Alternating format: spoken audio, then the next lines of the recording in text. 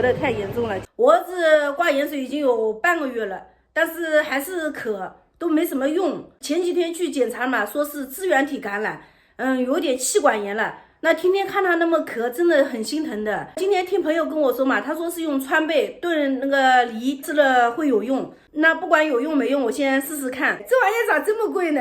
这么一点东西75块钱呢。不过如果这个东西他吃了能好的话，就算发挥到它的作用了。那我现在开诊了，等一下还要带他去挂盐水呢。那我刚刚买了几个梨回来，等一下用这个梨炖。那这个是莲雾，我也是第一次买。我听别人说这个莲雾吃了也是润肺的。刚刚去买的时候，那个人跟我说，这么几颗川贝能够炖3次。这边一共只有20粒，75块钱，这得多少钱一颗啦？不过他刚才跟我说能够炖3次，也算还好啊。那现在开整了，先让他把这个川贝浸泡一下。刚刚把这个梨洗干净了。那现在给它1/3对切开来，把里面的芯给它挖出来，再把这个川贝跟冰糖加进去就可以了。给它这样子切开，再把这里面的肉给它掏出来，给它掏成这样就差不多了。把这个川贝加下去，给它里面加2个冰糖，这样就可以了。再把这个牙签用牙签给它扎起来，这样等一下它不会掉出来。这边水烧开，直接下锅蒸就可以了，蒸25分钟。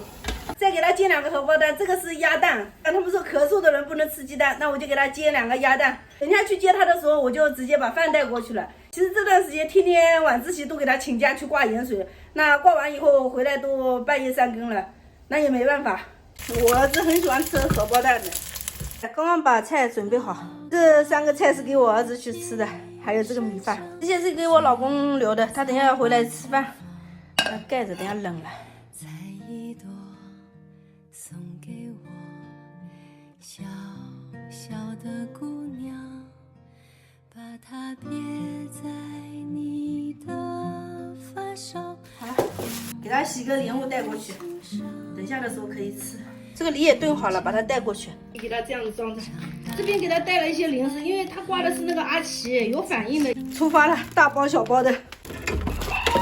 其实最好是孩子别生病。他生病了，他自己辛苦，我们做大人的也心疼，还累是吧？等一下出发了，你赶紧吃吧，吃了等一下可以写作业啊。哦，先把那个川贝炖梨吃掉。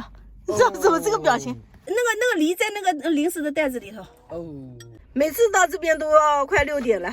刚刚到医院，我开车比较慢嘛，我也不敢开快。现在正是高峰期嘛，每次到这边都快1个小时。你把作业拿去哦，你马上快吃完，好不好吃啊？哦，我儿子胃口还挺好的，还剩了这么点东西，我也吃一点，等下回去就省着吃了。等下回去的话又要到半夜3更了。哦，你先写一下作业啊。写。走吧。你作业都带了吗？还剩1堆吧。走吧走吧，刚刚医生又开了这么多药，说他咳得太严重了，今天盐水挂了就不用挂了，先吃药。还有做雾化，现在等着挂盐水了。长这么大第一次做这个雾化呢，壮观旗下了。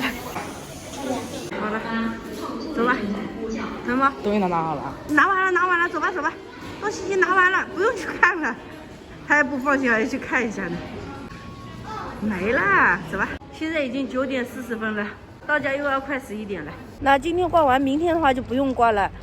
只要去我们那边做几天雾化就可以了。那今天的视频就分享到这里了。